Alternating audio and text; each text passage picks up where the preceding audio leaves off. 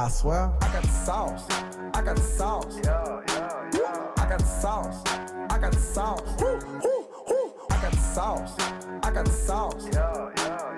I got the sauce. I got the sauce.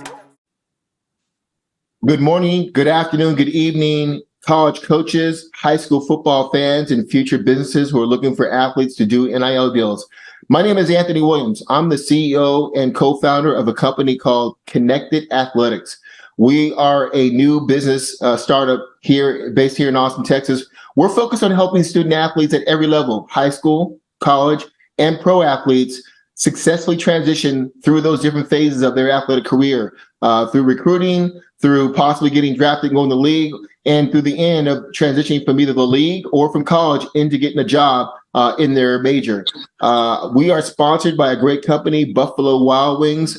They have a sponsorship right now with Judson High School, where anybody that supports the Judson Rockets, when you go into the local sports bar there near Judson and mention the Judson Rockets, 10% of your bill gets donated back to the program to help the kids with equipment and whatever else needs the football and the Booster Club needs. So I want to thank Buffalo Wild Wings and the regional VP, a good friend of mine, Brian Soltis, who is passionate about helping student athletes and most importantly, helping them get their voice and their story out to potential college coaches, since he was also a former college athlete like myself.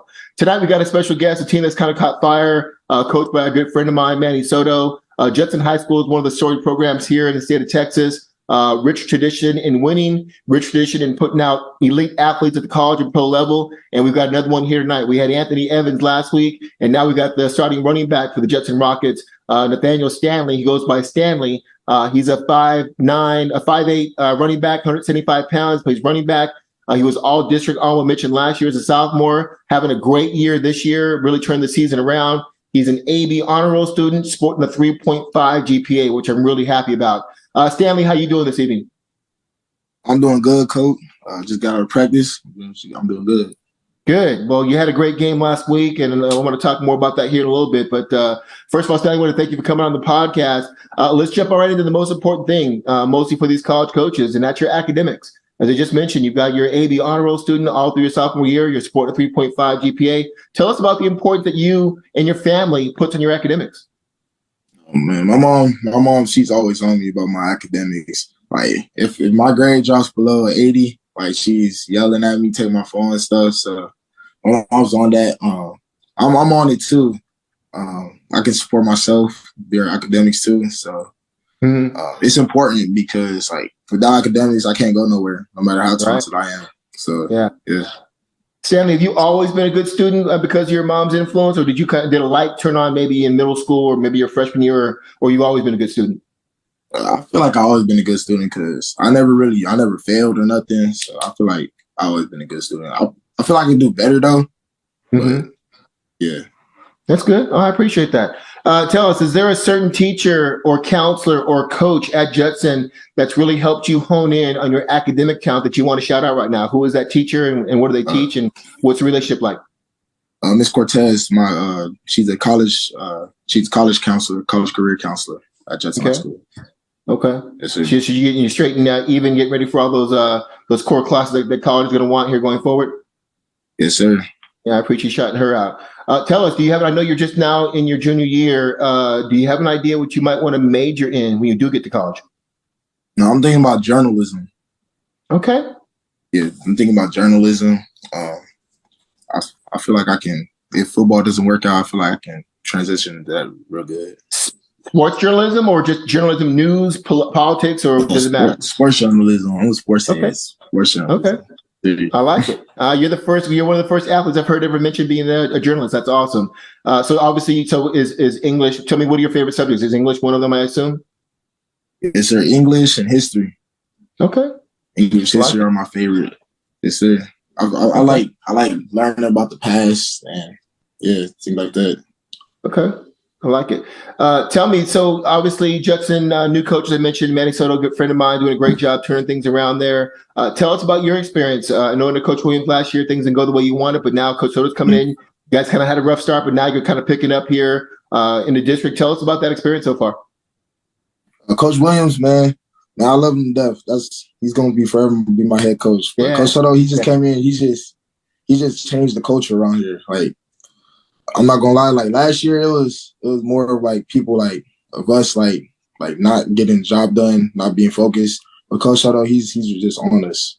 And that's what I love about him. Ever since he came here, I think February, it's just the standard's been here. And I feel like we met that standard these past couple of weeks. Mm-hmm. And tell us, you're the starting running back. There's a lot of talent on that team. You got a talented quarterback. You got Anthony Evans. You got yourself. You got some dudes on defense too. Tell us, what's it like playing in a storied program like Judson High School? I mean, they've been winning forever, state nationally known, got guys all over the NFL and playing college football. What's that tradition like in playing for Judson? Man, I'm not gonna lie, it's a lot of pressure because me personally, I put a lot of pressure on myself to live up to that standard of the past, the 6A championships. I put a lot of pressure on myself about that, just writing for the brand, the Diamond J. Yeah.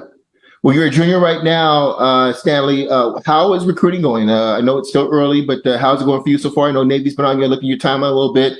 I saw your Huddle video. It's outstanding. Tell us how recruiting is going for you so far. I feel like my recruiting process is going all right now. I want it to be better, but it's okay. Navy's been talking to me a lot. I like their coaches over there. UTSA, hometown. I know a couple coaches over there. They've been talking to me, and the TCU running back coach. That's pretty much it. Yeah. Well, it's still early for the class 24, but I can tell you, for any coaches that are willing to watch this podcast, if you haven't watched Stanley's Huddle video, please do. This kid is explosive. Not quite undersized because you see a lot of 5'9" running backs, 180 pounds. But I'll tell you a couple of things that I got from your Huddle video. Explosive. One thing in your Huddle video, the first guy, open space, never tackles you. You make him miss and miss bad. And I love that for my running backs. You have great vision. You got great burst. You can catch the ball in the backfield. You're a tough runner inside. And once you get in open field, like I said, it's like trying to, tackle a chicken. You just got great quickness, great vision, and great feet. Tell me a little bit about what do you consider your strengths as a running back that you bring to the table? I feel like I'm relentless. Like I might get like 2 yards here, 6 yards here, and the next one is pop free. I also feel like I have good vision, and I'm patient. Like when I was younger, I modeled my game off of Le'Veon Bell. So like I feel like I'm patient. I know how to set up my blockers. I know how to get them where I need them to be for me to be successful. And speaking on my blockers, my linemen, they're good, man. I love them boys. Yeah, shout them out. Yeah, absolutely. Without them, you're nothing. So shout them boys out right now. Without my linemen, I can't do nothing. But I feel like I can set them up for them to be successful and for me to be successful and get into the end zone. Yeah, it's a great example of Le'Veon Bell. He's probably one of the most patient runners to ever run the NFL.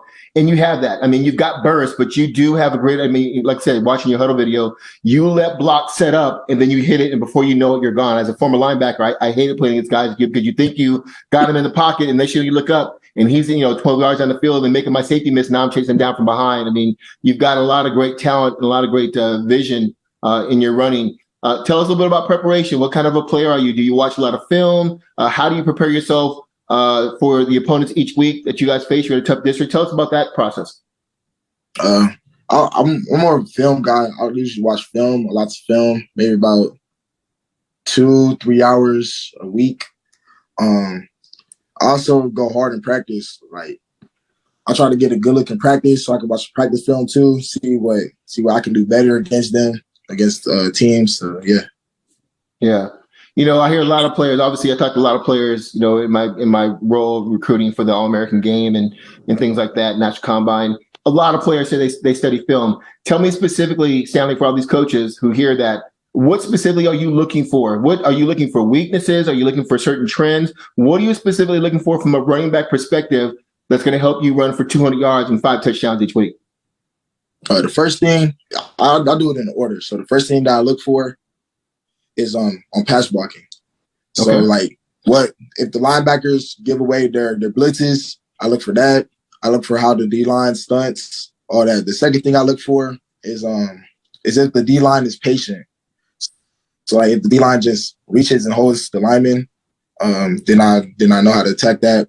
or if the linebackers. And the third thing I look for is if the linebackers are just sugars or they're rock and roll guys and like, you know what I'm saying, like athletic enough to rock and then roll back to a different gap. You know what I'm saying? So. Now I love those specifics. That is for you young players that are out there. Will watch this. That's a great way for you. If you're a young running back, those are things you need to look for. Linebackers blitzing, because you can talk about, yeah, coach, I ran for 200 yards, 3 touchdowns. But if you can't pick up a blitzing linebacker, you're probably not going to be on the field. It doesn't always about the running back. Looking at the D line play, do they like to penetrate? Do they like to slant? Are they trying to get the field? Those are all things you'd be looking for. And then, Stanley, one of the things I want to ask you, I know obviously known and watched and evaluated Anthony Evans. You've got somebody outside that has to show some attention also. So teams can't stack the box on you. Tell me what it's like to play with other elite players on offense, and you guys kind of play off each other to kind of free things up, because you can't double Anthony and load the box against you. What are you seeing and how teams are kind of handling defending you guys? We run the RPO offense, so it's like pick your poison when it comes to us. It's either you're gonna have to pick stop the run, or you're gonna leave Anthony or JJ open. So pick your poison. Yeah, that's why I like what Coach Sierra brought to our offense that we didn't have last year. Yeah. Are you starting to see? You're starting your stats really starting to pile up. And I know if I was a DC playing against you, I probably would stack the box and probably throw a safety on top of Anthony. Are you starting to see more 7, 8 in the box this season? Oh yeah. Against, I think it was East Central and Huddle, there was about like 7 people in the box every single play. So, but it's good because then my receivers can get open on easier one-on-one matchups. So I'm not even worried about that. Yeah. Well, I know coaching running backs back in the day, even when there's 7, 8 in the box, you're thinking, hey, if I can beat a guy, and once again, as I mentioned earlier, you're great at making the guy who's in the hole unblocked miss. If you get past that front 8, it's all green behind you. Tell me how does your mindset change when you see 7, 8 in the box compared to 5 or 6 in the box? When it's like 5 or 6, I'm thinking house call. That's one thing. I'm thinking I like it. But 7, 8, I'm thinking, okay, maybe get 2, 4 yards, keep them honest, keep them like committed to what they want to do. Yeah. And then the play action, you set those linebackers up, and now you're hitting Anthony and JJ behind, and your quarterback does a good job. And you guys are really starting to find your rhythm now. I know your first year, Coach Soto. I'm really excited to see how you guys do in the playoffs. Let's switch gears up here, Stanley. Let's talk about you personally. Talk a little about your family. Tell me a little bit about your mom and dad, siblings. Are you an only child? Give us a little bit about the Stanley family. My mom, she was an E9. You can see it right here. She was in the military, E9, 29 years in the military. I'm proud of that for her. My dad, he was in the military too for 10 years. My brother and sister, they both in the Army now. My sister is an E4 and my brother 3. So I'm a military kid. Okay. Well, you and I have another thing in common. I'm an Army brat. My dad, 29 years in the Army. I was born at an Army base in Frankfurt, Germany, and lived in every Army base around the world before we settled in California and then moved to Texas here recently. So props to you and your family, your mom and dad and your siblings. I appreciate their service to our country. That is awesome. And I'm sure I can speak for you, an Army brat. It does give you a different work ethic when you see your mother and father and your siblings working that hard to protect our country and being able to do what you do on Friday night. So shout out to them on that. So are you the baby of the family? Yes, sir. My brother, he's 7 years older than me, and then my sister's 8 years older than me. So I'm the baby. I'm the one that gets bullied. Okay. So I have to ask, if I was a college coach, I want to know, I know we mentioned Navy's been on you pretty hard. Is that an option of maybe playing for one of the service academies, and maybe specifically Army? Is that an option? Yeah, most definitely it's an option, because like if football don't work out, I might join the Army. That's awesome. Right now. Okay. So get out to West Point. Yes, get your degree, be an officer, live really good, see the world, and get a nice pension. I like that. That's not a bad plan at all. In journalism and whatnot. Tell us a little bit more. So, you have obviously great leadership in your family, looking to your brothers and sisters. What impact did they had on you academically and as a person, being the baby of the family? Being the baby of the family, I could see like my brother and sister make academic mistakes that I didn't want to make. I could see like them doing wrong. I could fix that for me. And then what was the second question? What was the second part of the question? No, I was asking what kind of impact did they had on you as far as your grades and how you carry yourself at Judson High School? Yeah, so I could see them make like mistakes that I didn't want to make, and it's just they taught me how to work hard. Like going back to that, they taught me how to work hard and just keep my head down, be humble, and yeah. The life of an Army brat, you get to see up close and personal that hard work pays off, and time management, all those things that you have to be successful, not just as a student athlete, but just in life itself. Tell us how do you handle your time management between playing and getting your academic work done, and obviously having some free time to hang out with your boys. How do you handle time management now in high school, and how do you plan on handling it when you get to college? For me, I try to get all my work done during school. Try to get all my work done during school. If I'm not, then I can go home, get homework in, and then after I finish all my schoolwork, watch film or get on the game with the boys, and have fun. That's how I usually manage it. Yeah, it's a balance, Stanley. We've had a lot of players now. We're starting to hear more about players, just breaking down, having mental problems, and not being able to handle, the life of academics, sports, personal, social media. How do you handle managing to make sure you stay on top of your own mental health, to make sure that you're not taking it too serious about what people say about you on Twitter? Or when you guys started the season kind of rough, people were kind of saying, they're not that good. What do you do to kind of make sure that you're mentally strong each week as you go into each game? I just don't care what people say. Like, that's just flat out. I hear that. Okay. I don't care. I don't care what people say about me. I don't care what people say about my team. All I know is I know my guys, and we go to work together every day. So I know them from back of my hand, man. So it doesn't bother me for what people say about us. It's just we just got to focus on ourselves, keep to ourselves, and grind. I love that mindset. That's what I'm talking about. I don't care what everybody says. I got my head down. I'm working. I love that. And you're obviously an explosive athlete. College coaches want to hear about your past. I mean, what other sports? You run track, basketball. What else? What other sports have you played during your time at Judson? Judson, I played track. I ran track from freshman year up to now. I played basketball back in middle school, but I'm too short. I'm only 5'8", so I can't play basketball no more. I'm too short. Do you still plan on competing in track? I don't think so, because I'm not that fast track guy.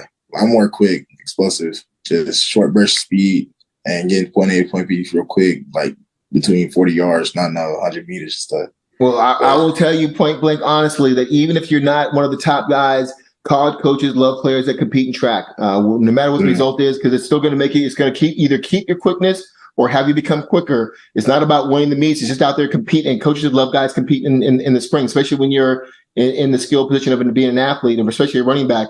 You can only get quicker and faster by running track. So just kind of keep that in mind. You finish out, this year and going into your senior year. I mean, college coaches love that when you're playing multiple sports. Let's talk a little bit about that. I know we talked about some of the service academies, but what schools are you interested in? I know that UTSA has got a big blanket across San Antonio. Coach Triller's a good friend of mine. I know they're doing a great job recruiting there in San Antonio and kind of rebuilding that whole UTSA program. What other schools are you interested in?